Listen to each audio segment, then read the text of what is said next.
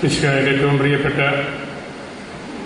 Augustine കുഴപ്പംകുത്തിയിലച്ച, സ്നേഹബഹുമാനപ്പെട്ട Mathew മതിലകത്തച്ച, ഈ ധ്യാനം നയിക്കുകയും ഇതിൻ്റെ സമാപനത്തിലേക്ക് എത്തിക്കുകയും ചെയ്ത മത്സ്യബന്ധികളായ അച്ഛന്മാരെ, ഏറ്റവും പ്രിയപ്പെട്ട മാതാപിതാക്കളെ, സമർപ്പിതരെ, വാത്സല്യമുള്ള കുഞ്ഞുമക്കളെ,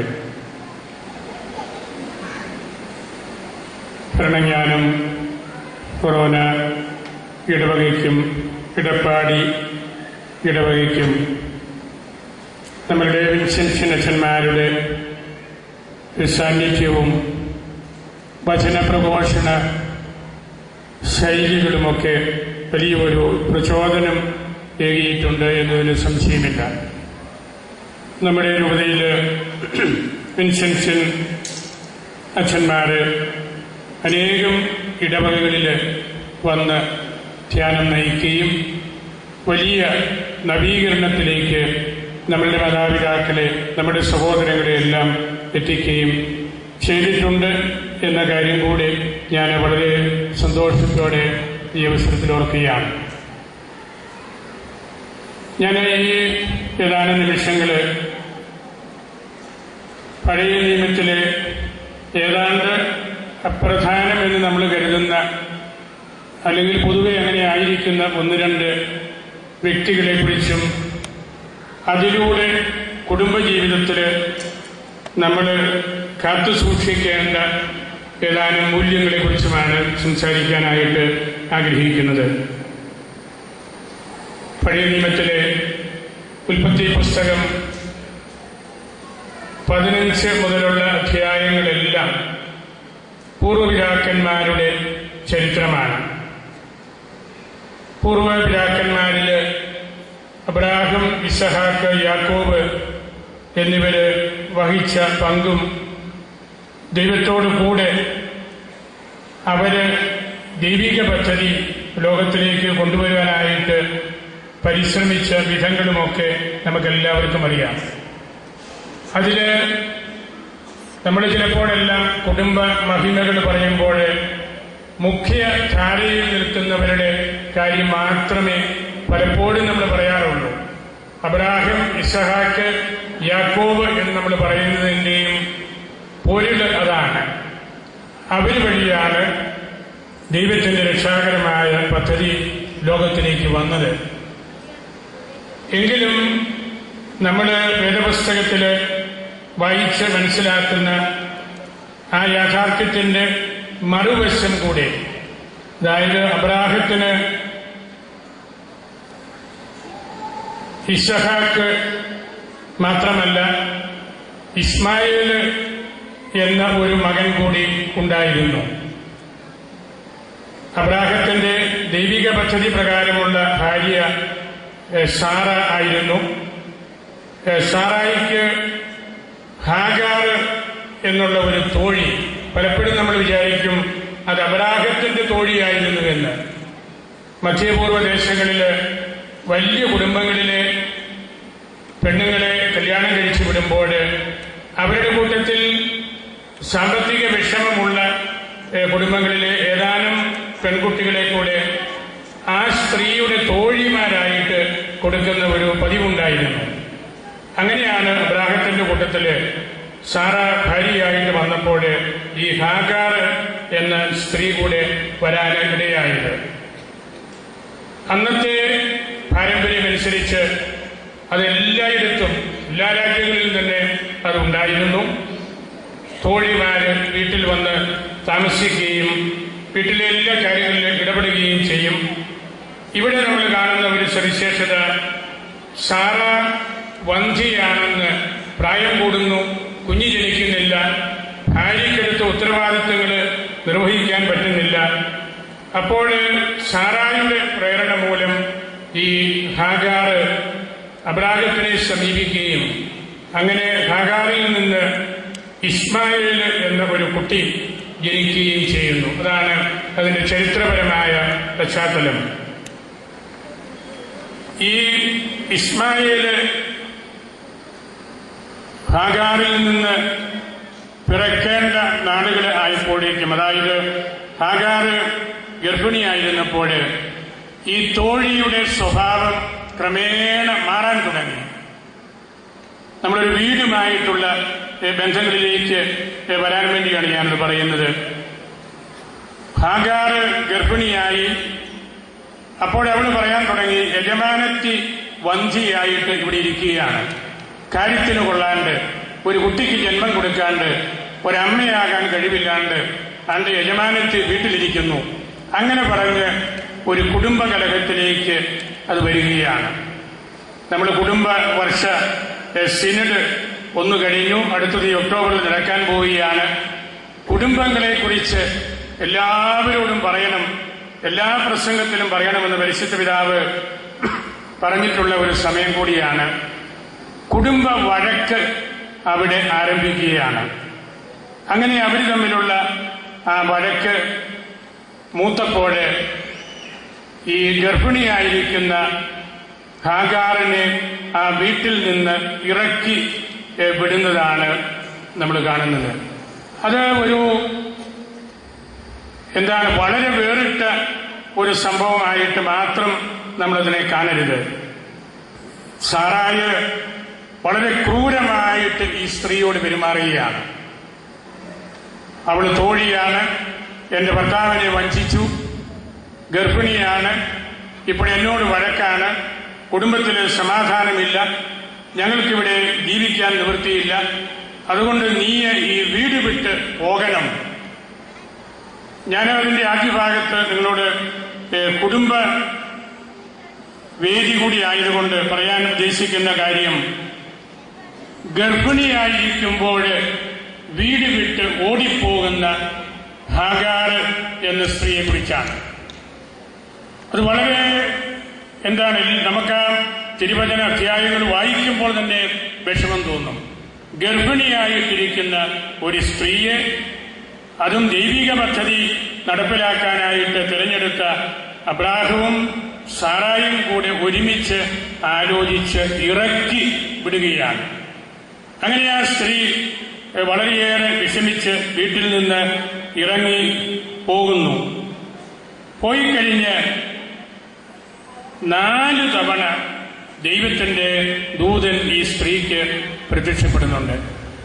നമ്മള് രക്ഷാകര പദ്ധതിയിൽ അവഗണിക്കപ്പെട്ട് കിടക്കുന്ന ഒരു ഭാഗം എന്ന നിലയിൽ ഇസ്മായേലും ഹാഗാറും ഒക്കെ നമ്മൾ കരുതുമ്പോഴും നമ്മളുടെ മനസ്സിൽ ഓർക്കേണ്ടത് 4 തവണ ദൈവം തന്റെ ദൂതനെ അയച്ച് ഈ സ്ത്രീയോട്, ഗർഭിണിയായിട്ട് വഴിയിൽ കൂടെ അലഞ്ഞു നടക്കുന്ന ആ സ്ത്രീയോട് പറഞ്ഞു, നീ തിരിച്ച് നിന്റെ വീട്ടിലേക്ക് പോകണം, അബ്രാഹത്തിന്റെ വീട്ടിലേക്ക് പോകണം, സാറായുടെ വീട്ടിലേക്ക് പോകണം. അതാണ് കുടുംബ വർഷത്തില് നിങ്ങളോട് പറയാനുള്ള എന്റെ 2ാമത്തെ സന്ദേശം. കുടുംബത്തിലെ വഴക്കുകളുണ്ടാകുന്നു, സ്ത്രീകൾ പീഡിപ്പിക്കപ്പെടുന്നു, ഗർഭിണികൾ പീഡിപ്പിക്കപ്പെടുന്നു, ഗർഭസ്ഥാവസ്ഥയിലും ഭർത്താക്കന്മാര് ഉപേക്ഷിച്ചു കളയുന്ന സ്ത്രീകളുണ്ട്, അവരുടെ സ്വന്തം വീട്ടിലേക്ക് ചെന്ന് കയറാൻ പറ്റാത്ത അവസ്ഥയുണ്ട്. അങ്ങനെ നിൽക്കുന്ന ഒരവസരത്തില് ദൈവം ഇടപെട്ട് കൊടുക്കുന്ന ഒരു സന്ദേശം, നീ ആ വീട്ടിലേക്ക് തിരിച്ച് പോണം. അത് വലിയൊരു കുടുംബ സന്ദേശമാണ്. വാസ്തവത്തിൽ തിരിച്ചു പോകാനായിട്ട് വലിയ വിഷമമുള്ള ഒരു അവസ്ഥയാണെങ്കിലും ആ വീട്ടിലേക്ക് തിരിച്ച് പോകണം എന്ന് നിർബന്ധിച്ചു. അങ്ങനെ ഈ ഹാഗാർ ഉദരത്തിൽ ഇസ്മായേലിനും വഹിച്ചുകൊണ്ട് ഈ അബ്രാഹത്തിന്റെ അല്ലെങ്കിൽ സാറായുടെ വീട്ടിലേക്ക് തിരിച്ച് ചെല്ലുകയാണ്. എന്നിട്ട് തിരുവചനം പറയുന്നു, ഹാഗാർ അബ്രാഹത്തിന്റെ വീട്ടിൽ തന്റെ പുത്രനെ പ്രസവിച്ചു. അവിടെ നമ്മളുടെ ജീവിതവുമായിട്ട് ബന്ധപ്പെട്ട് നിൽക്കുന്ന 2 കാര്യങ്ങളാണ്. കുടുംബത്തിലെ വഴക്കുകള്, സ്ത്രീകൾ തമ്മിൽ അല്ലെങ്കിൽ കുടുംബനാഥനുമായിട്ട് വഴക്കുണ്ടാകുന്നു. വഴക്കിന്റെ സ്വാഭാവിക പരിണിതഫലമായിട്ട് ആരെങ്കിലും ഇറങ്ങിപ്പോകുന്നു. ഇവിടെ ദൈവം ഇടപെട്ട് തരുന്ന തിരുത്തല്, നീ വീട്ടിലേക്ക് തിരിച്ചു പോകണം. നമ്മളും നമ്മളുടെ മനസാക്ഷിയിൽ ചിന്തിക്കേണ്ട ഒരു കാര്യമാണ്. അവിടെ ദൈവദൂതൻ പ്രത്യക്ഷപ്പെട്ട് പറയുന്ന ഒരു കാര്യം, ഞാൻ വിചാരിക്കുന്നു വേദപുസ്തകത്തിലെ ഏറ്റവും ആദ്യത്തെ മംഗളവാർത്തയാണത്. ഉൽപ്പത്തി പുസ്തകം 16:11 ഈ ഹാഗാറിനോട് ദൈവദൂതൻ പറയുകയാണ്, നീ ഒരു പുത്രനെ പ്രസവിക്കും, അവന് നീ ഇസ്മായേൽ എന്ന് പേരിടണം. മംഗളവാർത്തയാണ്. ഇറങ്ങിപ്പോയ അലഞ്ഞു തിരിഞ്ഞു നടക്കുന്ന ആ സ്ത്രീയോട് ദൈവം പറയുകയാണ്, നീ ഒരു പുത്രനെ പ്രസവിക്കും, അവന് നീ ഇസ്മായേൽ എന്ന് പേരിടണം. അതിന്റെ ഒരു പകർപ്പാണ് പുതിയ നിയമത്തില് മറിയത്തിന്റെ മംഗളവാർത്തയിൽ നമ്മൾ കാണുന്നത്.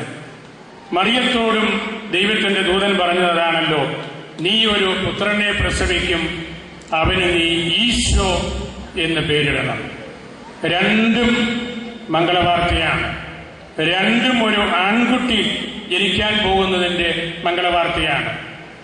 രണ്ട് സംഭവങ്ങളിലും അത്ഭുതകരമായ ഒരുപാട് കാര്യങ്ങൾ പിന്നീട് നടക്കുന്നുണ്ട്.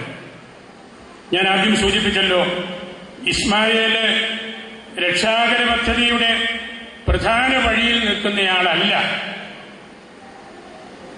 ജനിക്കാൻ പോകുന്ന ഈ കുട്ടി ദൈവത്തിന്റെ പ്രത്യേകമായ തെരഞ്ഞെടുപ്പ് ഉണ്ടെങ്കിലും പൂർവ്വപിതാക്കന്മാരുടെ ഗണത്തിൽ പെടുന്ന വ്യക്തിയല്ല. ഇസഹാക്കിലൂടെയാണ് അത് സംഭവിക്കുന്നത്, നമുക്കറിയാം. ഈ ജനിക്കാൻ പോകുന്ന ഇസ്മായേലിനെ കുറിച്ച് ദൈവദൂതൻ വെളിപ്പെടുത്തിയ കാര്യം നമ്മൾ വായിച്ചു കേട്ടാൽ നമുക്ക് പേടിയാകും. അതുപോലെ ബുദ്ധിമുട്ടേറിയ ചിന്തകളാണ് നൽകുന്നത്. ഉൽപ്പത്തി പുസ്തകം 16:12 ഇസ്മായേലിനെ കുറിച്ച്, ജനിക്കാൻ പോകുന്ന കുട്ടിയെക്കുറിച്ച് അവന്റെ അമ്മയോട് ദൈവത്തിന്റെ ദൂതൻ പറയുന്ന കാര്യമാണ്, അവൻ കാട്ടുകഴുതയ്ക്ക് സമാനമായിരിക്കും. എങ്ങനെയുണ്ട്? ഒരു കുട്ടി ജനിക്കാൻ പോകുന്നത് കാട്ടുകഴുതയ്ക്ക് സമാനമായിരിക്കും. അവന്റെ കൈ എല്ലാവർക്കും എതിരായിരിക്കും, എല്ലാവരുടെയും കൈ അവനും എതിരായിരിക്കും. അതാണ് ഈ അമ്മയോട് തിരിച്ച് വീട്ടിലേക്ക് പോകണം എന്നെല്ലാം പറയുമ്പോഴും ദൈവത്തിന്റെ ദൂതൻ കൊടുക്കുന്ന ഒരു വലിയ സന്ദേശം, ഈ കുട്ടി കാട്ടുകഴുതയെ പോലെ ആയിരിക്കും. ആരെ കണ്ടാലും വഴക്കുണ്ടാക്കും, എവിടെ ചെന്നാലും തല്ലി മേടിച്ചെടുക്കും. അതാണല്ലോ, അവന്റെ കരം എല്ലാവരുടെയും മേലുണ്ടായിരിക്കും. ആരുമായിട്ട് വഴക്കുണ്ടാകും, മറ്റുള്ളവരും ഇവന്റെ മേൽ കൈവയ്ക്കും. അങ്ങനെയുള്ള വലിയ പ്രയാസം നിറഞ്ഞ ഒരു ദർശനമാണ് ദൈവം ഈ സ്ത്രീക്ക് കൊടുക്കുന്നത്. അതേസമയം പുതിയ നിയമത്തിൽ നമ്മൾ വരുമ്പോൾ സക്കറിയ എലിസബത്തിന് ജനിക്കാൻ പോകുന്ന കുട്ടി യോഹന്നാൻ മാംദാനയെ കുറിച്ച് എത്രയോ നല്ല കാര്യമാണ് ദൈവത്തിന്റെ ദൂതൻ പറഞ്ഞു കൊടുക്കുന്നത്. നിനക്ക് ഒരു പുത്രൻ ജനിക്കും, അനേകര് അവരിൽ ആനന്ദിക്കും, അനേകരെ ദൈവത്തിന്റെ വഴിയിലേക്ക് അവൻ കൊണ്ടുവരും, വീഞ്ഞോ ലഹരിയോ കുടിക്കുകയില്ല, അമ്മയുടെ ഉദരത്തിൽ വെച്ച് ആത്മാവിനെ കൊണ്ട് നിറയും, ഇസ്രായേൽ മക്കളെ ദൈവത്തിന്റെ പക്കലേക്ക് കൊണ്ടുവരും, പിതാക്കന്മാരുടെ ഹൃദയങ്ങളെ മക്കളിലേക്ക് കൊണ്ടുവരും. എത്ര മനോഹരമായ കാര്യമാണ്! രണ്ടും കുട്ടിയുടെ ജനനത്തെക്കുറിച്ചുള്ള കാര്യമാണ്. ഒരു സ്ഥലത്ത് പറയുന്നു അവൻ കാട്ടുകഴുതയായിരിക്കും, മറുവശത്ത് ഇന്നത്തെ കുടുംബ പശ്ചാത്തലം നമ്മൾ നോക്കിയാൽ യോഹന്നാൻ മാംദാനയെ കുറിച്ച് പറഞ്ഞിരിക്കുന്ന ഏറ്റവും നല്ല കാര്യം, ജനിക്കാൻ പോകുന്ന കുഞ്ഞ് മദ്യപിക്കുകയില്ല, അവൻ വീഞ്ഞോ ലഹരിയോ ഒന്നും കഴിക്കുകയില്ല. അതിനേക്കാൾ നല്ല ഒരു കുടുംബ സന്ദേശം എന്തെങ്കിലും ഉണ്ടെന്ന് ഞാൻ കരുതുന്നില്ല. അവർക്ക് വാർദ്ധക്യത്തിൽ വന്ധ്യതയിൽ കിട്ടിയൊരു കുട്ടിയാണ്. ആ കുഞ്ഞ് മദ്യപിക്കുകയില്ല, മുൻകൂട്ടി ദൈവം പറഞ്ഞു കൊടുക്കുകയാണ്. ഒരു വീട്ടില് അതിനേക്കാൾ വലിയ സന്തോഷം എന്താണ് വേണ്ടത്? രണ്ടാമത്, അതിലേറ്റവും പ്രധാനപ്പെട്ടൊരു കാര്യം, പിതാക്കന്മാരുടെ ഹൃദയങ്ങളെ മക്കളിലേക്ക് കൊണ്ടുവരാൻ അവന് പറ്റും. ഇന്ന് കുടുംബങ്ങളിൽ നമുക്ക് പറ്റാതിരിക്കുന്ന ഒരു കാര്യം അതാണെന്നാണ് എന്റെ ബോധ്യം. പിതാക്കന്മാരുടെ ഹൃദയങ്ങളെ, അപ്പന്റെയും അമ്മയുടെയും ആ വിശ്വാസത്തെ, അവരുടെ ആ സ്നേഹത്തെ, അവരുടെ ആ വാത്സല്യത്തെ മക്കളിലേക്ക് വേണ്ടതുപോലെ എത്തിക്കാൻ ആർക്കും കഴിയുന്നില്ല, സാധിക്കുന്നില്ല. മക്കള് പ്രായമാകും തോറും അവരുടെ വഴിയിലൂടെ എല്ലാം പോവുകയാണ്. പിതാക്കന്മാരുടെ ഹൃദയങ്ങൾ മക്കളിലേക്ക് എത്തുന്നില്ല. എന്തോ ഒരു വലിയ ബ്ലോക്ക് ഉണ്ടാവുകയാണ്. എത്രയോ നല്ല കുടുംബങ്ങളിൽ നല്ല അപ്പനും അമ്മയും നല്ല വല്യപ്പനും വല്യമ്മയും, പക്ഷേ മക്കള് കൊച്ചുമക്കളൊക്കെ വരുമ്പോഴേക്കും അവരുടെ ഒന്നും സ്വഭാവമല്ല അവർക്കുള്ളത്. പിതാക്കന്മാരുടെ ഹൃദയം മക്കളിലേക്ക് എത്തുന്നില്ല.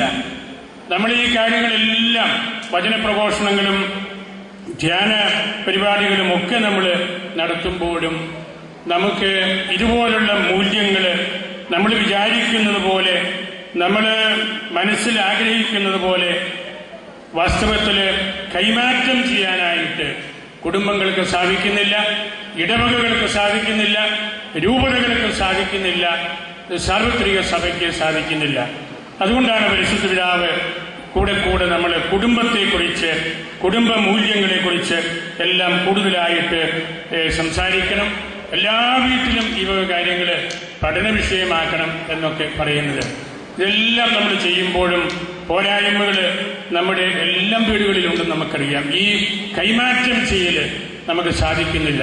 അല്ലെങ്കിൽ മദ്യപാനം കൂടി വരുന്നു, അല്ലെങ്കിൽ ഇസ്മായിലിനെ പോലെ കാട്ടുകഴുകയുടെ സ്വഭാവമുള്ളവരെ പോലെ അടിപിടികൾ ഉണ്ടാക്കുന്നവര്, കോലാഹലങ്ങൾ സൃഷ്ടിക്കുന്നവരും ഒക്കെ ആയിട്ട് വരികയാണ്.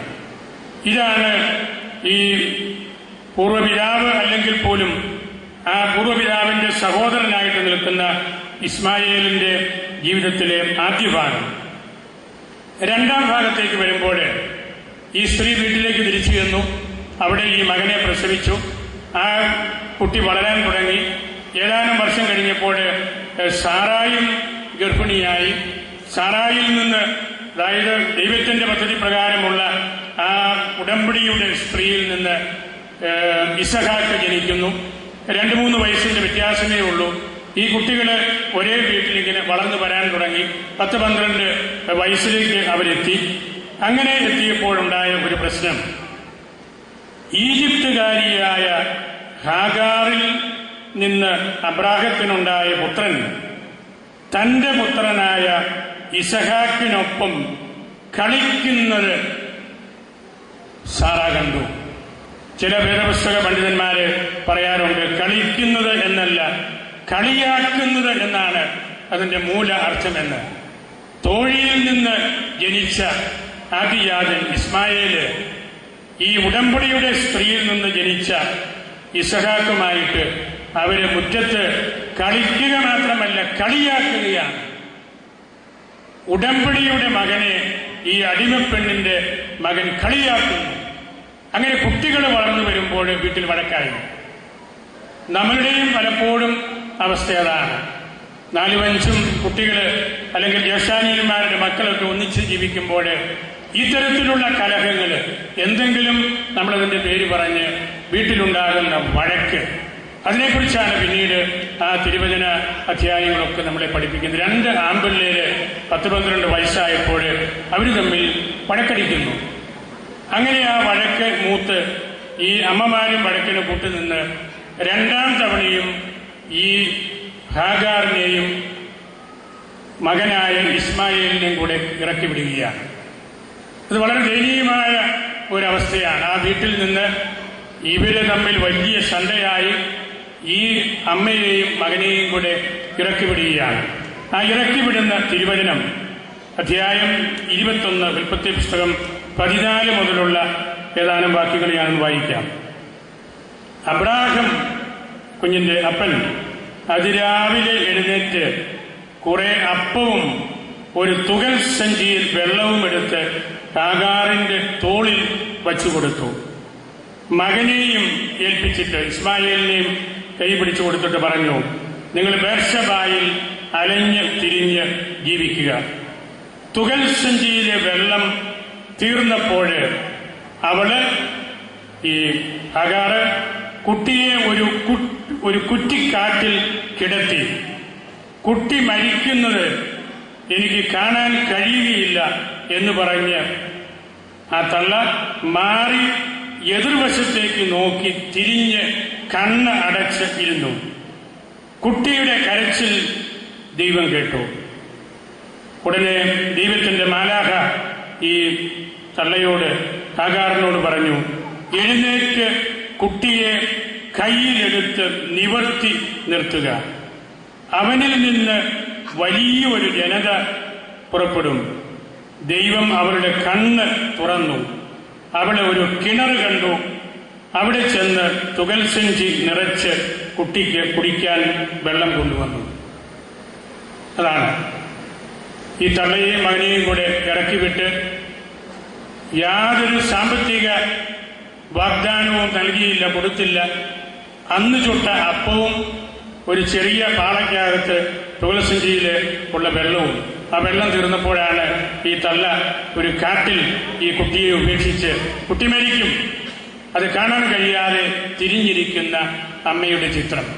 അങ്ങനെ വേദനിച്ചിരിക്കുന്ന അമ്മയുടെ അടുത്തേക്കാണ് ദൈവദൂതന് ഇതുപോലെ വന്ന് പറഞ്ഞ് ഒരു കിണർ കാണിച്ചു കൊടുക്കുന്നതും അവള് പോയി ആ കിണറ്റിൽ നിന്ന് വെള്ളം കോരി ഈ കുട്ടിയെ വളർത്തുന്നതും. ഇവിടെ വിശുദ്ധ പൗലോസിന്റെ പുതിയ നിയമത്തോട് നമ്മളൊന്ന് ബന്ധിക്കുമ്പോൾ ഒരു ദൈവശാസ്ത്ര ചിന്ത പൗലോസ് നമുക്ക് നൽകുന്നത്, ആദ്യം ജനിച്ചത് ഇസ്മായേലാണ്, പിന്നീടാണ് ഇസഹാക്ക് ഉടമ്പടിയുടെ പുത്രൻ ജനിക്കുന്നത്. ഗലാത്യക്കാർക്കുള്ള ലേഖനം 4:24 നമ്മൾ വായിക്കുന്നു, ഈ രണ്ട് സ്ത്രീകള്, സാറായും ഹാഗാറും, ഈ രണ്ട് സ്ത്രീകള് രണ്ട് ഉടമ്പടികളാണ്. ഒന്നാമത്തേത് പഴയ ഉടമ്പടി, അടിമത്വത്തിന്റെ ഉടമ്പടിയാണ്. രണ്ടാമത്തേത് സ്വാതന്ത്ര്യത്തിന്റെ ഉടമ്പടിയാണ്. അടിമത്വത്തിന്റെ ഉടമ്പടി പ്രകാരം വന്നതാണ് ഹാഗാറും ഇസ്മായേലും. പുതിയ നിയമത്തിന്റെ സ്വാതന്ത്ര്യത്തിന്റെ ഉടമ്പടിയിൽ വന്നതാണ് ഈ സാറായും ഇസഹാക്കും. അതാണ് പൗലോസ് നമ്മെ പഠിപ്പിക്കുന്ന കാര്യം. അതാണല്ലോ സത്യവും. നമ്മൾ ഈ ഹാഗാറിനെയോ അല്ലെങ്കിൽ ഇസ്മായേലിനെയോ വലിയ പൂർവ്വ മാതാവായിട്ട്, പൂർവ്വ പിതാവായിട്ട് പരിഗണിക്കാത്തതിന്റെ കാരണവും അതുതന്നെയാണ്. യഥാർത്ഥത്തിലുള്ള വഴിയെ വരുന്നത് ഇവരല്ല. പക്ഷേ നമ്മളിവിടെ തിരിച്ചറിയുന്ന ഒരു കാര്യം, ദൈവികമായ പദ്ധതിയിൽ ദൈവം ഈ ഇസ്മായേലിനെയും അവന്റെ അമ്മയെയും ഉപേക്ഷിക്കുന്നില്ല. ഇന്ന് നമുക്കറിയാമല്ലോ, ഇസ്മായേലിനോട് ബന്ധപ്പെട്ടാണ് നമ്മുടെ ലോകത്തിലെ വലിയ ഒരു പറ്റം ആളുകള്, രാജവംശങ്ങള്, ഇസ്ലാമിക രാജ്യത്തോട് ബന്ധപ്പെട്ടത്, ഏകദൈവ വിശ്വാസികളായിട്ടുള്ള മറ്റു ജനങ്ങള്, അവരെല്ലാം ഇസ്മായേലിന്റെ മക്കളാണ്. അത് ഈ ഉൽപ്പത്തി പുസ്തകത്തില് വളരെ വ്യക്തമായിട്ട് പറയുന്നുമുണ്ട്. അവൻ ഒരുപാട് രാജാക്കന്മാരുടെ പിതാവാണ്. പക്ഷേ ദൈവം കണ്ടെത്തിയ ആ വഴിയിലൂടെ വരുന്നതല്ല. ഒരുപിടി രാജാക്കന്മാരും ഒരുപിടി തലമുറകളുമെല്ലാം ഇസ്മായേലിൽ നിന്ന് വരും. പക്ഷേ ദൈവത്തിന്റെ പദ്ധതി നമ്മൾ കാണുന്നത് സാറായിലൂടെയും ഇസഹാക്കിലൂടെയുമാണ്. ഇവിടെ നമ്മൾ ഒരു കിണറിനെ കുറിച്ച് പറഞ്ഞല്ലോ. ആധ്യാത്മിക പണ്ഡിതന്മാര് പുതിയ നിയമവുമായിട്ട് ബന്ധിപ്പിച്ച് പറയാറുണ്ട്, ഇസഹാക്ക് പക്ഷക്കാര് അവര് കിണറുകൾ കുഴിച്ച് വലിയ ആധ്യാത്മിക ആഴങ്ങളിലേക്ക് പോകുന്നവരാണ്. ഇസ്മായേലിന് ഒരു കിണറ്റിൽ നിന്ന് തുകൽസഞ്ചിയിൽ കോരിയെടുത്തു കൊടുത്ത വെള്ളം മാത്രമേ ഉള്ളൂ. ഇസ്മായേൽ വംശത്തോട് ബന്ധപ്പെട്ട് അനേകം കോടി ആളുകൾ ഇന്ന് ലോകത്തിലുണ്ട്. പക്ഷെ അവരാരും ഈശോയെ മനസ്സിലാക്കിയില്ല. അവരാരും പുതിയ നിയമത്തിലേക്ക് കടന്നു വന്നവരല്ല. അവരിപ്പോഴും തുകൽസഞ്ചിയിൽ നിന്ന് വെള്ളം കുടിക്കുന്നവരാണ്. ആവശ്യത്തിന് ജലം കിട്ടാത്തവരാണ്. ആവശ്യത്തിന് ദൈവവചനം കിട്ടാത്തവരാണ്. അവരുടെ പാത്രത്തിലുള്ള വെള്ളം മാത്രമേ അവർ കുടിക്കുന്നുള്ളൂ. ഇസ്മായേലിനോട് ബന്ധപ്പെട്ട് ഭാഗികമായിട്ട് അവർക്ക് കിട്ടിയ ഒരു ദൈവകൃപ മാത്രമേ ഉള്ളൂ. അവര് ദൈവത്തെക്കുറിച്ച് വേണ്ടതുപോലെ അറിഞ്ഞിട്ടില്ല. വേദപുസ്തകം അവരുടെ കയ്യിൽ കാണും, പക്ഷെ വായിക്കുന്നില്ല. വേദപുസ്തകം അവരുടെ കക്ഷത്തിൽ കാണും, പക്ഷേ അതിന്റെ ഉള്ളടക്കം അവർ മനസ്സിലാക്കുന്നില്ല. അവർ ദാഹിക്കുകയാണ്. ഈശോയെ തിരിച്ച് അറിയാത്തതുകൊണ്ട്, ഉടമ്പടിയുടെ പ്രധാനപ്പെട്ട വഴിയിലേക്ക് അവർ കടന്നു വരാത്തതുകൊണ്ട്, അതേസമയം ഏകദൈവ വിശ്വാസികളായിട്ട് ഈ ജനങ്ങളെല്ലാം അങ്ങനെയുള്ളവരാണ്. പക്ഷേ അവര് സുവിശേഷം മനസ്സിലാക്കുന്നില്ല. അവർക്ക് ഒരുപാട് പരിമിതിയാണ്. നമ്മള് കിണർ കുടിച്ച് വെള്ളം കുടിക്കുമ്പോൾ, എല്ലാ ദിവസവും പരിശുദ്ധ കുർബാനയിൽ പങ്കെടുത്ത് ദൈവവചനം കേൾക്കുമ്പോൾ, ഇതുപോലുള്ള വലിയ കൺവെൻഷൻ നടത്തി ഈശോയെക്കുറിച്ച് നമ്മൾ പറയുമ്പോൾ, അതാണ് കിണറ്റിൽ നിന്ന് പാനം ചെയ്യുന്നവര്. അബ്രാഹത്തിന്റെ ഒരു പ്രധാന ജോലി തന്നെ പിന്നീട് നമ്മൾ വേദപുസ്തകത്തിൽ മനസ്സിലാക്കുന്നത്, അദ്ദേഹം കടന്നുപോയ വഴികളിലെല്ലാം കിണർ കുടിക്കുകയായിരുന്നു. ഫിലിസ്ത്യരും അതുപോലുള്ള മറ്റ് ശത്രുക്കളുമൊക്കെ അബ്രാഹത്തിന്റെ പറമ്പിൽ കയറി അബ്രാഹത്തിന്റെ കിണറുകളെല്ലാം മൂടിക്കളഞ്ഞിരുന്നു. മകൻ ഇസഹാക്ക് വന്നപ്പോൾ അതെല്ലാം തെളിച്ചു. ചെറിയ ഉറവുകൾ പോലും വലിയ കിണറുകളാക്കി അതിൽ നിന്ന് പാനം ചെയ്യുവാനുള്ള വലിയൊരു സംവിധാനമാണ് ഈ ഇസഹാക്കിന്റെ വംശപരമ്പരയിൽ, അല്ലെങ്കിൽ ദൈവത്തിന്റെ തെരഞ്ഞെടുക്കപ്പെട്ട ഉടമ്പടിയിൽ നിൽക്കുന്നവരായ നമുക്ക് കിട്ടുന്നത്. നമ്മൾ ഈ ബൈബിൾ കൺവെൻഷനെല്ലാം അതാണല്ലോ. ഉറവയിൽ നിന്ന്, ഉറവയുടെ അടിത്തറയായ കിണറ്റിൽ നിന്ന് എല്ലാം നമ്മൾ പാനം ചെയ്യുന്നവരാണ്. എല്ലാ പ്രസംഗവും അതാണ്, കിണറ്റിൽ നിന്ന് പാനം ചെയ്യലാണ്. എല്ലാ കൂതാശകളും അതാണ്. വലിയ കിണറുകൾ കുടിച്ച് അതിന്റെ വിശദീകരണങ്ങൾ നമ്മൾ നേടുകയാണ്. ഈ ബൈബിൾ കൺവെൻഷനും ഈ പോപ്പുലർ മിഷൻ ധ്യാനവും, പ്രത്യേകിച്ച് വിൻസെന്റ് അച്ഛന്മാരുടെ ഏറ്റവും പ്രധാനപ്പെട്ട ഒരു സിദ്ധി അത് തന്നെയാണ്. ദൈവവചനമാകുന്ന കിണറുകൾ കുഴിക്കുക, ദൈവവചനം വായിക്കാനായിട്ട് ജനങ്ങളെ പ്രേരിപ്പിക്കുക. നിരന്തരമായിട്ട് വേദപുസ്തകം വായിക്കണം, എല്ലാ ദിവസവും വായിക്കണം. സഭയുടെ പിതാക്കന്മാർ പറയുന്നത് പോലെ വേദപുസ്തകം കയ്യിൽ നിന്ന് താഴെ വയ്ക്കരുത്. അതാണ് കാര്യം. നിരന്തരമായിട്ട് ദൈവവചനം നമ്മൾ വായിക്കുകയും പഠിക്കുകയും കേൾക്കുകയും ചെയ്യുമ്പോഴാണ് നമുക്ക് കിണറ്റിൽ നിന്ന് പാനം ചെയ്യാൻ സാധിക്കുന്നത്. ഈ ഇസ്മായേൽ വംശജരുടെ പരിമിതി ഇന്നും അതുതന്നെയാണല്ലോ. ഈശോയെ അവർക്ക് തിരിച്ചറിയാൻ പറ്റുന്നില്ല. ഒരു വലിയ പറ്റം യഹൂദന്മാരും ആ കൂട്ടത്തിലുണ്ട്. പഴയ നിയമത്തിന്റെ വലിയ സംരക്ഷകരും പ്രചാരകരുമായിട്ട് അവർ നിൽക്കുമ്പോഴും അവർക്ക് ഈ ഈശോയെ തിരിച്ചറിയാൻ സാധിക്കാത്തത് മൂലം സത്യത്തിന്റെ വഴിയിലേക്ക് വരാനായിട്ട് സാധിക്കുന്നില്ല. ഇസ്മായേല് ആ തരത്തിൽ വഴി തെറ്റി, എന്നാൽ ദൈവത്തിന്റെ ചില പ്രത്യേകമായ അനുഗ്രഹങ്ങൾ വാങ്ങിച്ച് വലിയ ജനതയായിട്ട് നിൽക്കുമ്പോൾ ഇസഹാക്ക് നല്ല പൂർവ്വപിതാവായിട്ട് നിൽക്കുകയാണ്. നമ്മൾ പിന്നീട് വേദപുസ്തകം വായിച്ച് മുമ്പോട്ട് പോകുമ്പോൾ 26-ാമത്തെ അധ്യായത്തിൽ ഇസഹാക്ക് ഒരു കൃഷി നടത്തുന്നു, ബാർലി. നമ്മുടെ ഗോതമ്പ്, നെല്ലൊക്കെ പോലെ സാധാരണ ആളുകൾ പാടത്ത് നടത്തുന്ന ഒരു കൃഷിയാണ്. ഇസഹാക്ക് ബാർലി കൃഷി നടത്തി 100 മേനി വിളവ് എടുക്കുകയാണ്.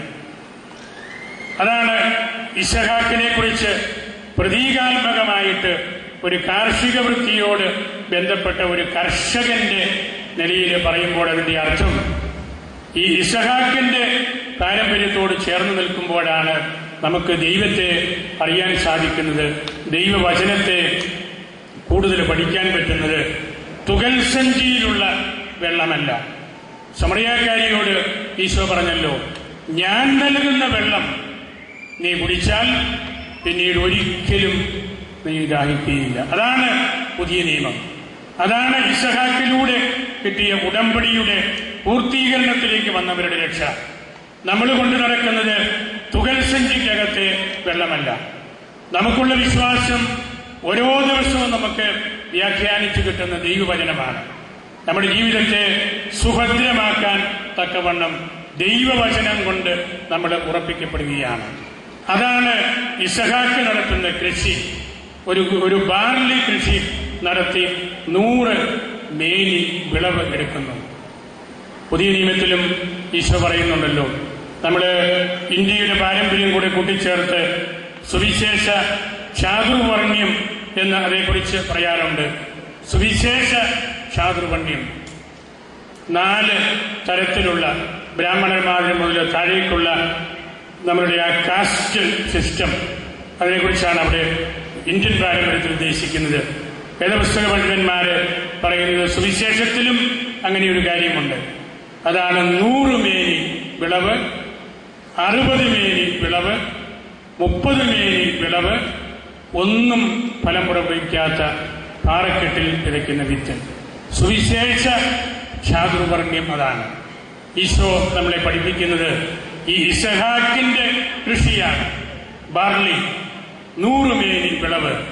ഈശോ നമ്മെ പഠിപ്പിക്കുന്നത് സമറിയാക്കാരിയോട് കൊടുത്ത ആ വാഗ്ദാനമാണ്. ഞാൻ നൽകുന്ന വെള്ളം, സുവിശേഷമാകുന്ന ആ ജലത്തിൽ നിന്ന് പാനം ചെയ്താൽ ഒരിക്കലും പിന്നീട് ദാഹിക്കുകയില്ല. ഇസ്മായേൽ പക്ഷത്ത് നിൽക്കുമ്പോൾ നമുക്കെപ്പോഴും ദാഹിക്കും. നമുക്കുള്ള ജലം ഒരു പാത്രത്തിലെ മാത്രമാണ്, ഒരു കിണറ്റിലേതല്ല. ഒരു കൈക്കുമ്പിളിൽ പിടിക്കാവുന്ന സഞ്ചിക്കകത്തുള്ളത് മാത്രമാണ്. സുവിശേഷമാകുന്ന ആ സാഗരത്തിൽ ഉള്ളതല്ല. ആ വ്യത്യാസമാണ് ഈ സംഭവത്തിലൂടെ പൂർവ്വപിതാവ് അല്ലെങ്കിൽ പോലും പൂർവ്വപിതാവിന്റെ സഹോദരനായിട്ട് നിൽക്കുന്ന ഇസ്മായേലിലൂടെ ദൈവം നമ്മെ പഠിപ്പിക്കുന്നത്. ഈ 2 മക്കളെ നമ്മൾ നോക്കുമ്പോൾ ആ പിതാവ് അനുഭവിച്ച ആ ടെൻഷൻ ഞാൻ അതുകൂടെ പറഞ്ഞ് അവസാനിപ്പിക്കുകയാണ്. ഒരു വീട്ടില് വല്യപ്പന്റെ സ്ഥാനത്ത് അല്ലെങ്കിൽ അപ്പന്റെ സ്ഥാനത്ത് നിൽക്കുന്ന ഇസഹാക്കില് അദ്ദേഹത്തിന്റെ മനസ്സിൽ വലിയ ഏറ്റുമുട്ടലുകൾ ഉണ്ടായിരുന്നു. അതൊന്ന് ഈ 2 സ്ത്രീകൾ തമ്മിൽ അബ്രാഹാം അനുഭവിച്ച വേദന സാറായും ഹാഗാറും തമ്മിലുള്ള ഏറ്റുമുട്ടലാണ്. അബ്രാഹാം അനുഭവിച്ച വേദന ആ 2 മക്കള് ഇസഹാക്കും ഇസ്മായിലും തമ്മിലുള്ള ഏറ്റുമുട്ടലാണ്. അത് ഇന്ന് തിരുത്തപ്പെട്ട മറ്റു ചില മേഖലകളിലൂടെ നമ്മളും അനുഭവിക്കുന്നുണ്ട്. ഓരോ വ്യക്തിയും ഹൃദയത്തില് ടെൻഷൻ, ഏറ്റുമുട്ടലുകള്, സങ്കടങ്ങള്, പ്രയാസങ്ങള് മാതാപിതാക്കൾക്ക് ഒരുപാടുണ്ട്. അവർ ഉദ്ദേശിക്കുന്ന മട്ടില് മക്കൾ വളരുന്നില്ല, മക്കൾ അനുസരിക്കുന്നില്ല. മറുവശത്ത് ആധ്യാത്മിക ജീവിതത്തിലുള്ള ഒരു സംഘർഷം കൂടിയാണ്. നമ്മുടെ ഓരോരുത്തരുടെയും ഹൃദയത്തില് സാറായും ഹാഗാറും തമ്മിലുള്ളൊരു വഴക്കുണ്ട്. ദൈവത്തിന്റെ പദ്ധതിയും ലോകത്തിന്റെ പദ്ധതിയും തമ്മിലുള്ള ഒരു ഏറ്റുമുട്ടലുണ്ട്. ഇസഹാക്കും ഇസ്മായിലും തമ്മിലുള്ള ഒരു വഴക്കുണ്ട്. ദൈവം കാണിച്ചു തന്ന വഴിയിലൂടെ നടക്കണം എന്നുള്ള ആ മാർഗമാണ് ഇസഹാക്കിന്റെ വഴി. അതല്ല ഞാനൊരു കാട്ടുകഴുതിയെ പോലെ, ഒരു കാട്ടുകുതിരയെ പോലെ, ഒരു നാടോടിയുടെ നേതാവിനെ പോലെ എന്റെ ഇഷ്ടപ്രകാരം ഞാൻ ജീവിക്കും എന്നുള്ള ഇസ്മായിലിന്റെ പക്ഷം. അതൊരു അനാത്മീയമായിട്ടുള്ള ചിന്തയാണ്. ഈ ടെൻഷൻ അബ്രാഹാം അന്ന് അനുഭവിച്ച ആ ഏറ്റുമുട്ടലുകള് നമ്മളും ഹൃദയത്തിൽ അനുഭവിക്കുന്നുണ്ട്. നമ്മൾ ആഗ്രഹിക്കുന്നത് പോലെ നമുക്ക് നന്നായിട്ട് ജീവിക്കാൻ പറ്റുന്നില്ലല്ലോ എന്നുള്ള ആ ടെൻഷനാണ്. നമ്മുടെ എല്ലാം ഹൃദയത്തിന്റെ ആഗ്രഹം നല്ലതുപോലെ ജീവിക്കണം, ദൈവത്തിന്റെ വഴിയിലൂടെ നമുക്ക് നടക്കണം. പക്ഷേ നമുക്ക് സാധിക്കുന്നില്ല. ആ കോൺഫ്ലിക്റ്റാണ്, ആ ഏറ്റുമുട്ടലാണ് നമ്മളുടെയൊക്കെ ജീവിതത്തിലുള്ളത്. എല്ലാ കുടുംബങ്ങളിലും വ്യക്തിപരമായിട്ടുള്ള ജീവിതത്തിലും ഇടവകാലത്ത് നമ്മൾ ചിന്തിക്കുമ്പോഴും എല്ലാം ഈ അംശങ്ങൾ നമ്മളിൽ ഉണ്ടെന്ന് നമ്മൾ തിരിച്ചറിയണം. ഞാൻ അവസാനിപ്പിക്കുകയാണ്. ഈ ദിവസങ്ങളിൽ 4-5 ദിവസങ്ങളായിട്ട് നിങ്ങളുടെ ഹൃദയങ്ങളിൽ സമൃദ്ധമായിട്ട് ദൈവവചനം പെയ്ത് ഇറങ്ങി തിരുവചനത്തിന്റെ കിണറുകളായിട്ട് നിങ്ങൾ മാറിയിട്ടുണ്ട്. ധാരാളം ദൈവവചനം നിങ്ങൾക്ക് പറഞ്ഞ് വ്യാഖ്യാനിച്ച് തരുന്ന നല്ല ഒരു വേദപുസ്തക സംസ്കാരം സൃഷ്ടിച്ചെടുത്തവരാണ് വിൻസെന്റ് അച്ഛന്മാര്. നമ്മുടെ രൂപതയ്ക്ക് ഇവരുടെ സർവീസ് വളരെയേറെ കിട്ടിയിട്ടുണ്ട്. ഈ 2 വലിയ ഇടവകളിലും ഈ ആഴ്ചയിൽ നമ്മൾ അനുഭവിച്ചു. അതാണ് ദൈവവചനത്തിൻ്റെ കിണറുകൾ നമ്മളുടെ മനസ്സിൽ കുഴിച്ച് ആ കിണറ്റിൽ നിന്ന് പാനം ചെയ്യുവാനായിട്ട്, അതിൻ്റെ വ്യാഖ്യാനങ്ങൾ കേൾക്കാനായിട്ട് അവർ നമ്മെ പ്രേരിപ്പിച്ചു.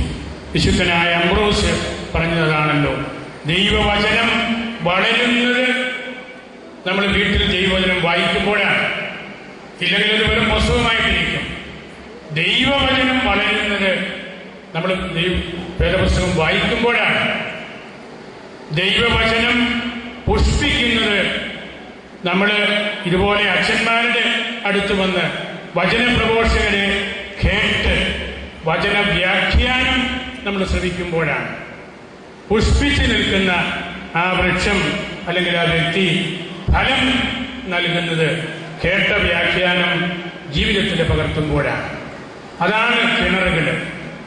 അബ്രാഹത്തിന്റെ കിണറുകൾ അതാണ്. ഇസഹാക്കിന്റെ കിണറുകൾ അതാണ്.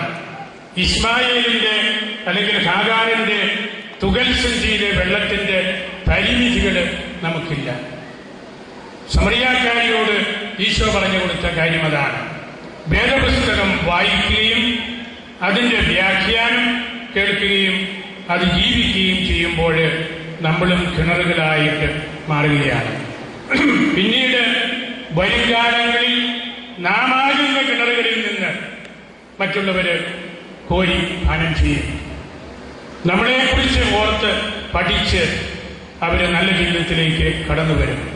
അതാണ് ഈശോ പറഞ്ഞു കൊടുത്ത അല്ലെങ്കിൽ രൂപാന്തരപ്പെട്ട സമറിയാക്കാരി. അതാണ് അവൾ ഓടിച്ചെന്ന് പട്ടണത്തിൽ കണ്ട എല്ലാവരോടും ദൈവവചനം പറഞ്ഞ് പ്രസംഗിച്ചു. ഈ പോപ്പുലർ മിഷൻ ധ്യാനത്തിന്റെ ഒരു അത്യന്തികമായ ലക്ഷ്യവും അതാണ്. നിങ്ങളിവിടെ ആയിരക്കണക്കിന് ആളുകളുണ്ട്. നിങ്ങൾ വീട്ടിൽ ചെന്ന് വീട്ടിലിരിക്കുന്നവരോട്, ഇവിടെ വരാൻ പറ്റാത്തവരോട് നിങ്ങൾ ഇവിടുത്തെ കാര്യങ്ങൾ സംസാരിക്കുമ്പോൾ ഒരു സുവിശേഷവൽക്കരണമാണ്, ഒരു കുടുംബ നവീകരണമാണ്, കുടുംബ പ്രശ്നങ്ങളുടെ പ്രതിസന്ധികൾക്ക് പരിഹാരം കണ്ടെത്തലാണ്. ഇവരുദ്ദേശിക്കുന്ന കാര്യവും അതാണ്. പോപ്പുലർ മിഷൻ എല്ലാവരോടും സാധാരണക്കാർക്ക് മനസ്സിലാകുന്ന രീതിയിൽ ആരോടും ദൈവവചനം പറയാനായിട്ട് സാധിക്കണം. നിങ്ങൾ ഈ ഭരണകാലത്തെയും എടപ്പാളിലെയും വീടുകളിൽ തന്നെ നിങ്ങൾ തിരിച്ചു എന്നതിനെ കുറിച്ച് പറയുമ്പോൾ എത്രയോ വലിയ പോപ്പുലറായിട്ടുള്ള ജനകീയമായിട്ടുള്ള ജനസമ്മതി കിട്ടുന്ന ഒരു കാര്യമായിട്ട് ഈ ധ്യാനം മാറി. അതാണ് അതിന്റെ ലക്ഷ്യം. നിരന്തരമായിട്ട് പറയണം, കേട്ടതെല്ലാം പറയണം. ദൈവത്തിന്റെ ശബ്ദം നമ്മുടെ കുടുംബങ്ങളിലും ഉണ്ടാകണം. അങ്ങനെയുള്ള ഒരു നവീകരണമാണ് പരിശുദ്ധ ഫ്രാൻസിസ് പിതാവ് ഈ സിനഡ് വഴിയും ഉദ്ദേശിക്കുന്നത്. നമ്മുടെ കുടുംബങ്ങളിൽ വലിയ ദൈവിക മൂല്യങ്ങൾ കാത്ത് പരിരക്ഷിക്കുകയും സംരക്ഷിക്കുകയും ചെയ്യുന്ന ആ പശ്ചാത്തലമെല്ലാം നമുക്കുണ്ട്. ഭരണജ്ഞാനത്തിന് ഒരുപാട് ദൈവകൃപ പ്രത്യേകമായ രീതിയിൽ അൽഫോൻസാമയിലൂടെയും എല്ലാം നമുക്ക് കിട്ടിയിട്ടുണ്ട്. എങ്കിലും ഞാൻ ആദ്യം പറഞ്ഞ പിതാക്കന്മാരുടെ ഹൃദയങ്ങളെ മക്കളിലേക്ക് പകർന്നു കൊടുക്കുന്ന കാര്യത്തിൽ നമ്മൾ പരാജയപ്പെടുന്നുണ്ട്. ഇന്നത്തെ യുവതലമുറകളെ ദൈവവിശ്വാസത്തില് വേണ്ട രീതിയിൽ ഉറപ്പിക്കുവാൻ നമുക്ക് സാധിക്കുന്നില്ല, നമ്മൾ പരാജയപ്പെടുന്നുണ്ട്. പിതാക്കന്മാരുടെ ഹൃദയങ്ങളെ, ആ വലിയ സംസ്കാരത്തെ, നമ്മുടെ വീട്ടിലെ വല്യപ്പന്റെ വല്യമ്മയുടെ ആ വിശ്വാസത്തെ ചെറുമകനിലേക്ക് അതേ ക്വാളിറ്റിയിൽ കൊടുക്കാൻ നമുക്ക് പറ്റുന്നില്ല. ഇത് വലിയൊരു പ്രശ്നമാണ്. ആധുനിക ഭാഷയിൽ ദൈവശാസ്ത്രജ്ഞന്മാർ പറയും, quality is turned into quantity. ഗുണനിലവാരം കുറഞ്ഞു, പക്ഷേ ക്വാണ്ടിറ്റി, സമ്പത്ത്, ജനസമ്മതി, യാത്ര ചെയ്യാനുള്ള അവസരം, ലോകം കാണാനുള്ള അവസരമെല്ലാം കൂടി. Quality is turned into quantity. ആ ഒരു വലിയ അപകടം നമ്മുടെ വീടുകളിൽ വന്നിട്ടുണ്ട്. പ്രാർത്ഥനയ്ക്ക് വേണ്ടി വെച്ചിരുന്ന മണിക്കൂറുകൾ TV കാണാൻ വേണ്ടി മാത്രം നമ്മൾ ഉപയോഗിക്കുമ്പോൾ ഇതാണ് സംഭവിക്കുന്നത്. ഒന്നിച്ച് ഭക്ഷിക്കുകയും പ്രാർത്ഥിക്കുകയും ചെയ്തിരുന്ന കുടുംബങ്ങളിൽ പലതായിട്ട് ഭക്ഷിക്കുകയും പലതായിട്ട് പ്രാർത്ഥിച്ചാൽ പോലും പലതവണയായിട്ട് പ്രാർത്ഥിക്കുകയും എല്ലാം ചെയ്യുമ്പോഴും ഇതാണ് സംഭവിക്കുന്നത്. മാതാപിതാക്കന്മാരെ പൊന്നുപോലെ നോക്കിക്കൊണ്ടിരുന്ന കുടുംബങ്ങളിൽ ഇന്ന് നമ്മൾ കൂലിക്കാരെ നിരത്തി അവരെ നോക്കുമ്പോൾ ഇതാണ് സംഭവിക്കുന്നത്. ക്വാളിറ്റി, ഗുണമേന്മ നഷ്ടപ്പെടുന്നു. ക്വാണ്ടിറ്റി, വിദ്യാഭ്യാസവും ലോകപരിചയവും ഒക്കെ നമുക്ക് കൂടുന്നുണ്ട്. പക്ഷെ വലിയ മൂല്യങ്ങൾ നമുക്ക് നഷ്ടപ്പെടുന്നുണ്ട്. ഈ പോപ്പുലർ മിഷൻ ധ്യാനത്തിലൂടെ നഷ്ടപ്പെട്ടുകൊണ്ടിരിക്കുന്ന ആ മൂല്യങ്ങൾ നമ്മൾ കണ്ടെത്തണം. അവഗണിക്കപ്പെട്ട് കിടന്ന ഇസ്മായേലിനെയും ഹാഗാറിനെയും കുറിച്ച് ഞാൻ പറഞ്ഞതും അതാണ്. അവരവഗണിക്കപ്പെട്ടവരാണെങ്കിലും അവരനുഭവിച്ച വേദനകളിൽ ആ സ്ത്രീയെ ഇറക്കിവിട്ടപ്പോഴേ, അവൾ പ്രസവിച്ചു കിടന്നപ്പോഴേ, അവരുടെ കുഞ്ഞിനെയും ഉപേക്ഷിച്ച് കളഞ്ഞപ്പോഴെല്ലാം ദൈവം ഇടപെടുന്നുണ്ട്. അബ്രാഹത്തിന്റെ വീട്ടിൽ ആ കുഞ്ഞിന് ജന്മം കൊടുക്കാനെങ്കിലും ആ സ്ത്രീക്ക് സാധിച്ചു. വലിയൊരു ഭാഗ്യമാണത്. ഇസഹാക്കിന് കിട്ടിയ അനുഗ്രഹം ഇസ്മായേലിന് കിട്ടിയില്ല എന്ന് മാത്രമേ ഉള്ളൂ. നമ്മളിതിൽ വിഷമിക്കേണ്ട കാര്യമില്ല. ഒരു വീട്ടിൽ തന്നെ മക്കൾക്ക് എത്രയോ വ്യത്യസ്തമായ കൃപയാണ്, കഴിവുകളാണ്, അനുഗ്രഹങ്ങളാണ് കിട്ടുന്നത്. ഇസഹാക്കിന് കിട്ടിയത് ഇസ്മായേലിന് കിട്ടിയില്ല എന്ന് മാത്രമേ ഉള്ളൂ. ദൈവം അവനെ ഉപേക്ഷിച്ചില്ല. അവനവന്റേതായ ഒരു സ്ഥാനമുണ്ട്. ഹാഗാറിൻ്റെതായ ഒരു സ്ഥാനമുണ്ട്. വലിയ ജനതകൾക്ക് അവർ പിതാക്കന്മാരാണ്. 140 രാജ്യങ്ങളിലെ ജനങ്ങളുടെ പിതാക്കന്മാരാണ് ഈ ഇസ്മായേലും, അല്ലെങ്കിൽ മാതാവാണ് ഹാഗാറും. അതും വലിയൊരു കൃപയാണ്. ഏകദൈവ വിശ്വാസികളാണ് അവരിലും പലരിലും. അതും വലിയൊരു കൃപയാണ്. അതുകൊണ്ട് ഇസഹാക്കിന് കിട്ടിയത് ഇസ്മായേലിന് കിട്ടിയില്ല എന്നതല്ല. ഇസ്മായേലിനെയും ദൈവം അനുഗ്രഹിച്ചു, വളർത്തി, വലിയൊരു പിതാവാക്കി, ജനതകളുടെ പിതാവാക്കി. അങ്ങനെ ദൈവത്തിന്റെ കരം അവന്റെ മേലും ഉണ്ടായിരുന്നു. നമ്മളുടെ വീടുകളിലും നമ്മളുടെ മക്കളുടെ മേലുമൊക്കെ നമുക്കുണ്ടായിരിക്കേണ്ട കരുതലും അതാണ്. നമ്മളുടെ മെസ്സേജുകൾ, പോരായ്മകളെല്ലാം ദൈവം പരിഹരിക്കും. ദൈവത്തിൽ ശരണപ്പെടണം. അങ്ങനെ ഒരു തിരുക്കുടുംബത്തിന്റെ ആ വിലപ്പെട്ട മൂല്യങ്ങൾ കാത്തു സൂക്ഷിക്കാൻ നമുക്ക് സാധിക്കണം. ഇന്ന് മാർയോസേപ്പിനെ പ്രത്യേകമായിട്ട് നമ്മൾ ഓർക്കുന്ന ദിവസം കൂടിയാണല്ലോ. മാർയോസേപ്പ് സുവിശേഷത്തിലെ തിരുക്കുടുംബത്തിന്റെ നാഥനാണ്. കാര്യമായിട്ടൊന്നും സംസാരിക്കാത്ത നല്ലൊരു പിതാവ്. നമ്മുടെ പാലക്കാരൻ വലിയ കവി കട്ടക്കയത്തിൽ ചെറിയാൻ മാപ്പിള ഈ മാർയോസേപ്പിനെ കുറിച്ചൊരു കവിത എഴുതിയിട്ടുണ്ട്. മാർയോസേപ്പ് മുനീന്ദ്രൻ എന്നാണ് പുള്ളിയെക്കുറിച്ച് പറഞ്ഞിരിക്കുന്നത്. നമ്മുടെ മാസവണക്കത്തിലും അതാണല്ലോ. തപസാവരനായ മാർയോസേപ്പ് പുണ്യ മഹാമുനി. എന്താണ് മുനി? മൗനം ദീക്ഷിക്കുന്നവൻ, ഒരു വാക്കുപോലും മിണ്ടാത്തവൻ, ഒരു ഒച്ചപ്പാടും ഉണ്ടാക്കാത്തവൻ, ആരോടും സംസാരിക്കാത്തവൻ, എല്ലാം ദൈവത്തിന്റെ മാലാഖാവെന്ന് പറഞ്ഞു കൊടുക്കുന്നു. ഈ ഹാഗാറിന് കിട്ടിയതുപോലെ തന്നെ യോസേപ്പ് ഒരു വാക്കുപോലും വേദപുസ്തകത്തിൽ സംസാരിക്കുന്നില്ല. അതുകൊണ്ടാണ് അദ്ദേഹം മുനീന്ദ്രൻ എന്നൊക്കെ വിളിക്കപ്പെടുന്നത്. പക്ഷേ ദൈവത്തിന്റെ മനസ്സ് വായിച്ചെടുക്കാൻ സാധിച്ചു. അതാണ് തിരുക്കുടുംബത്തിന്റെ അടിത്തറ. ദൈവത്തിന്റെ മനസ്സ് നമുക്ക് വായിച്ചെടുക്കാൻ സാധിക്കണം. ഭാര്യയും ഭർത്താവും തമ്മിൽ പിണങ്ങിയിരിക്കുമ്പോൾ, അല്ലെങ്കിൽ ഭക്ഷിക്കാൻ നിവൃത്തിയില്ലാണ്ടിരിക്കുമ്പോൾ, വിശപ്പ് അനുഭവപ്പെടുമ്പോൾ, മക്കൾ വഴിതെറ്റി പോകുമ്പോൾ, മരുമക്കള് നിങ്ങൾ പ്രതീക്ഷിച്ച രീതിയിൽ നിങ്ങളെ നോക്കാതെ ശുശ്രൂഷിക്കാതിരിക്കുമ്പോൾ, ഇങ്ങനെയുള്ള കുടുംബ പ്രശ്നങ്ങളിലെല്ലാം ദൈവത്തിന്റെ മനസ്സ് വായിച്ചെടുക്കുന്ന അപ്പനും അമ്മയും ആകാൻ നമുക്ക് സാധിക്കണം. ഈ കുടുംബ വർഷത്തിൽ നമുക്ക് നടത്തേണ്ട ഒരു വലിയ പരിശ്രമം അത് തന്നെയാണ്. ഞാൻ എൻ്റെ വാക്കുകളെ ഉപസംഹരിക്കുന്നു. ഈ 2 വലിയ ഇടവകകൾ സംയുക്തമായിട്ട് നടത്തിയ ഈ വചന ശ്രവണ വാരത്തിൽ നിങ്ങൾക്ക് ദൈവാനുഗ്രഹം സമൃദ്ധമായിട്ട് ലഭിച്ചുവെന്ന് ഞാൻ കരുതുകയാണ്. നിങ്ങളെ കാണുമ്പോൾ തന്നെ അറിയാം, ധാരാളം കുട്ടികളും നിശബ്ദരായിട്ട് ഇവിടെ വന്നിരുന്ന് ദൈവവചനത്തെ കേൾക്കുന്നുണ്ട്. വലിയൊരു കഴിവാണ് വചനം കേൾക്കുക. നിങ്ങൾ ഈ ഒരാഴ്ച മുഴുവനും നടത്തിയ ഒരു പരിശ്രമം അതാണ്.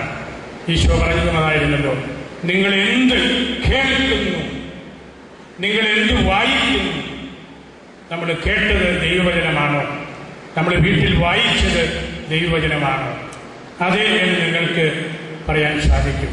ആ രീതിയിൽ നിങ്ങളെ നമ്മുടെ പ്രിയപ്പെട്ട അച്ഛന്മാർ ഒരുക്കി. നമ്മുടെ പ്രിയപ്പെട്ട ഈ അച്ഛന്മാരെ ഞാൻ പ്രത്യേകമായ രീതിയിൽ ഓർക്കുകയാണ്. കുഴപ്പംകുറ്റിലെ അച്ഛന് വളരെ ഈടുറ്റ ഒരു നേതൃത്വം രൂപതയ്ക്ക് നൽകിയ ഒരു വ്യക്തിയാണ്. രൂപതാ കേന്ദ്രത്തിൽ ദീർഘനാൾ അദ്ദേഹം നമ്മളുടെ രൂപതയുടെ സമ്പത്ത് കൈകാര്യം ചെയ്തിരുന്നയാളാണ്. അദ്ദേഹം ചേർത്തല വികാരിയായിട്ട് ഗുണമേന്മയുള്ള ശുശ്രൂഷ നിർവഹിച്ചയാളാണ്. നമ്മുടെ ഇവിടെ ചരിത്ര പ്രസിദ്ധമായ ഭരണജ്ഞാനം പള്ളിയുടെ വികാരി എന്ന നിലയിൽ അച്ഛന് ഏവർക്കും ഇഷ്ടപ്പെട്ടവനായി കഴിഞ്ഞു. എല്ലാവരെയും കേൾക്കുന്നയാള്, എല്ലാവർക്കും വേണ്ടി ശുശ്രൂഷ ചെയ്യുന്നയാള്, അത്തരത്തിൽ ഉള്ള വ്യക്തിയാണ് നമ്മുടെ ഇടപ്പാടി വികാരിയച്ഛനും. രൂപത കേന്ദ്രത്തിലെ ശുശ്രൂഷയും മറ്റ് ഗ്രഹത്തിന്റെ അജപാലന കരുതലും സാമർഥ്യവും എല്ലാം നിങ്ങളും ഇതിനോടകം അനുഭവിച്ചു കഴിഞ്ഞു. ആ രണ്ട് വികാരിയച്ഛന്മാരെയും അവരുടെ സഹപ്രവർത്തകരെയും എല്ലാം പ്രത്യേകമായിട്ട് ഞാൻ ഓർക്കുന്നു. വിൻസെന്റ് അച്ഛന്മാരുടെ ടീമിന് ഒരു 12 ശ്രീകന്മാരെ പോലെ ശുഷ്കാന്തിയോടെ നമ്മുടെ മുമ്പിൽ ദൈവവചനം പ്രസംഗിച്ചവരാണ്. അവരെയും ഞാൻ നന്ദിയോടെ ഓർക്കുന്നു. അൽഫോൻസാമ്മയോട് നമുക്ക് മധ്യസ്ഥം പ്രാർത്ഥിക്കാം. കർത്താവ് നമ്മെ എല്ലാവരെയും സമൃദ്ധമായി അനുഗ്രഹിക്കട്ടെ.